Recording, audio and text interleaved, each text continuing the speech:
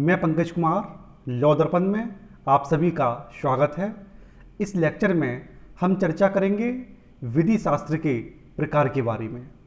चलिए शुरू करते हैं।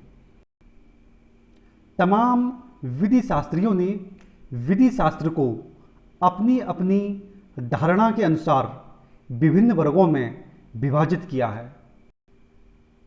सबसे पहले हम चर्चा करते हैं जॉन ऑस्टिन द्वारा विधि शास्त्र के वर्गीकरण के बारे में।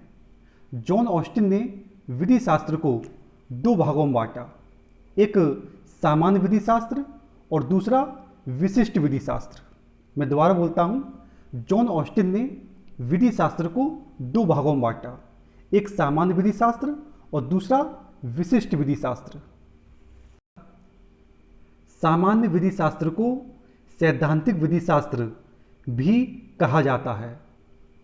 जॉन ऑस्टिन के अनुसार सामान्य विधि शास्त्र के अंतर्गत विधि के उन सभी उद्देश्यों, सिद्धांतों, धारणाओं और विभेदों का उल्लेख रहता है जो समस्त लीगल सिस्टम में समान रूप से पाए जाते हैं।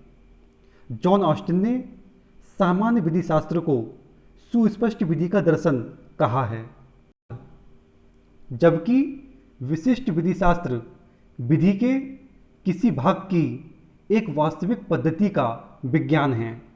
दूसरे शब्दों में कहें तो हम ये कह सकते हैं कि विशिष्ट विधि शास्त्र एक संकीर्ण विज्ञान है जिसके अंतर्गत किसी ऐसी वर्तमान या भूतकालीन लीगल सिस्टम का अध्ययन किया जाता है जो किसी राष्ट्रीय विशेष तक ही सीमित रही है। इसलिए विशिष्ट विधि शास्त्र को व्यवहारिक विधि शास्त्र या राष्ट्रीय विधि शास्त्र भी कहा गया है। अब हम चर्चा करते हैं सामान्य द्वारा विधि शास्त्र के वर्गीकरण के बारे में। सामान्य ने विधि शास्त्र को तीन भागों में बांटा।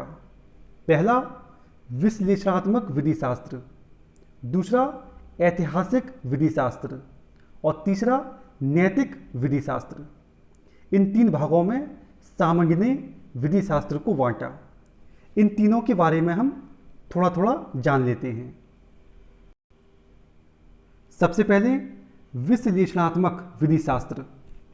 देखिए, विश्लेषणात्मक विधि शास्त्र से आशय विधियों के प्राथमिक सिद्धांतों का विश्लेषण करने से है। विधि शास्त्र की इस शाखा के प्रणेता जॉन ऑस्टिन थे, राइट। दूसरा है ऐतिहासिक विधि शास्त्र। देखिए, विधिक पद्धति के प्राथमिक सिद्धांतों तथा आधारभूत संकल्पनाओं के इतिहास को ऐतिहासिक विधि शास्त्र कहा गया है। सबसे पहले प्रसिद्ध विधि शास्त्री शेवनी ने विधि शास्त्र के प्रति ऐतिहासिक दृष्टिकोण अपनाकर ऐतिहासिक विधि शास्त्र का सूत्रपात किया। इंग्लैंड के सर हेनरी मेन को ऐतिहासिक विधि शास्त्र का संस्थापक माना जाता है। इस शाखा का उद्देश्य विधि के उद्गम, विकास तथा विधि को प्रभावित करने वाले विभिन्न कारकों के सामान्य सिद्धांतों को प्रतिपादित करना है, राइट। तीसरा है नैतिक विधि शास्त्र। तो देखिए, नैतिक विधि शास्त्र का संबंध विधि के नैतिक पहलू से है।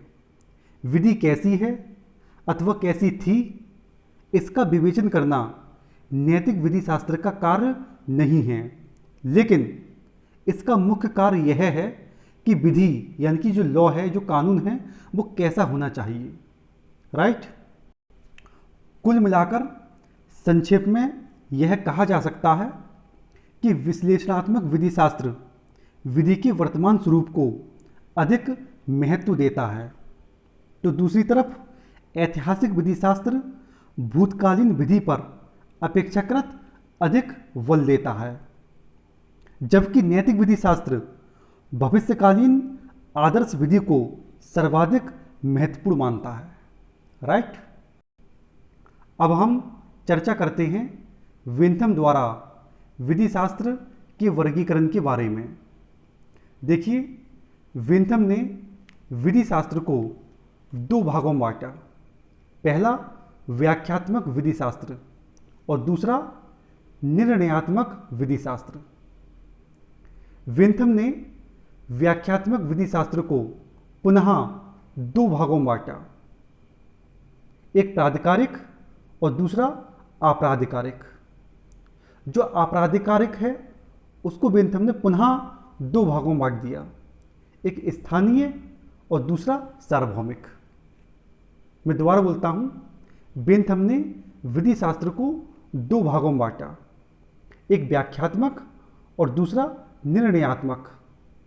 जो व्याख्यात्मक विधि शास्त्र है उसको बेंथम ने पुनः दो भागों में बांट दिया, एक प्राधिकारिक और दूसरा आपराधिकारिक।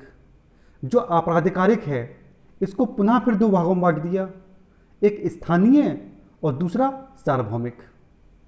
राइट, इन सब के बारे में थोड़ा थोड़ा हम जान लेते हैं।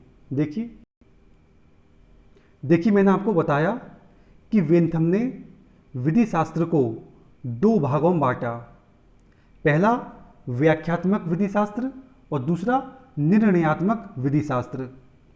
व्याख्यात्मक विधि शास्त्र इस बात की व्याख्या करता है कि कानून है क्या, कानून क्या है, यानी कि जो विधि है, जो कानून है वो क्या है।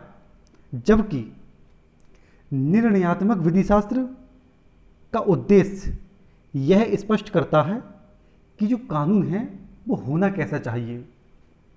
दोबारा सुनिए, व्याख्यात्मक विधि शास्त्र इस बात की व्याख्या करता है कि कानून क्या है, जबकि निर्णयात्मक विधि शास्त्र का जो उद्देश्य है वो यह स्पष्ट करना है कि कानून होना कैसा चाहिए।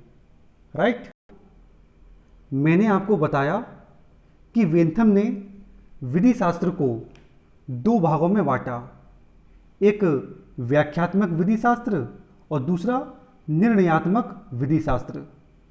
वेंथम ने व्याख्यात्मक विधि शास्त्र को पुनः दो भागों में बांटा, एक प्राधिकारिक और दूसरा आपराधिकारिक। प्राधिकारिक का मतलब है कि जिसका सृजन विधायी शक्ति से होता है, अर्थात जिसे विधानमंडल से शक्ति प्राप्त होती है। राइट, जबकि आपराधिकारिक से मतलब है कि जो विधिक साहित्य से अपनी विषय सामग्री प्राप्त करता है। राइट, मैंने आपको बताया कि बेंथम ने विधि शास्त्र को दो भागों में बांटा, एक व्याख्यात्मक विधि शास्त्र और दूसरा निर्णयात्मक विधि शास्त्र। जो व्याख्यात्मक विधि शास्त्र है इसको बेंथम ने दो भागों में बांटा, एक प्राधिकारिक और दूसरा आपराधिकारिक। जो आपराधिकारिक है इसको बेंथम ने दो भागों में बांटा, एक स्थानीय आपराधिकारिक विधि शास्त्र और दूसरा सार्वभौमिक आपराधिकारिक विधि शास्त्र।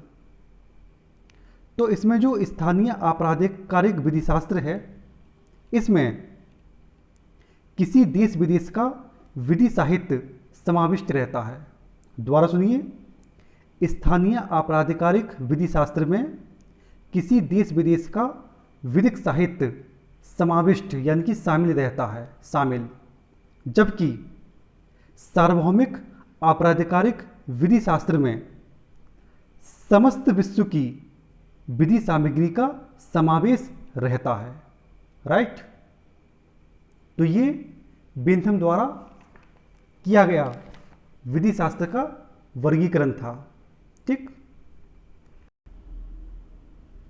अब हम चर्चा करते हैं समाज शास्त्रीय विधि शास्त्र के बारे में, जिसको हितों का विधि शास्त्र भी कहा जाता है। समाज शास्त्रीय विधि शास्त्र के अनुसार प्रत्येक सामाजिक व्यवस्था का मुख्य लक्ष्य मानवीय हितों का प्रोटेक्शन करना है। ईरिंग के अनुसार विधि अर्थात कानून ना तो स्वतंत्र रूप से विकसित है और ना ही यह राज्य की मनमानी देन है। यह विवेक पर भी आधारित नहीं है। कानून अर्थात विधि का उद्देश्य विरोधी हितों के मध्य समन्वय एवं एकरूपता स्थापित करना तथा उनके मध्य टकराव को टालना है। डीन रास्कोपांडवी समाजशास्त्रीय विधि शास्त्र के पोषक हैं। वह विधि अर्थात कानून को सोशल इंजीनियरिंग का साधन कहते हैं। राइट। अब हम चर्चा करते हैं तुलनात्मक विधि शास्त्र के बारे में। एहरिंग तथा कारकुनाव तुलनात्मक विधि शास्त्र के मुख्य विचारक हैं। तुलनात्मक विधि शास्त्र में लीगल टॉपिक्स यानी कि विधिक विषयों को चुन लिया जाता है और इस प्रकार चुने गए विषयों पर विभिन्न लीगल सिस्टम में मान्य विचारों का अध्ययन किया जाता है। राइट। तो ये लेक्चर यहीं पर समाप्त होता है। बने रहिए हमारे साथ। मैं पंकज कुमार।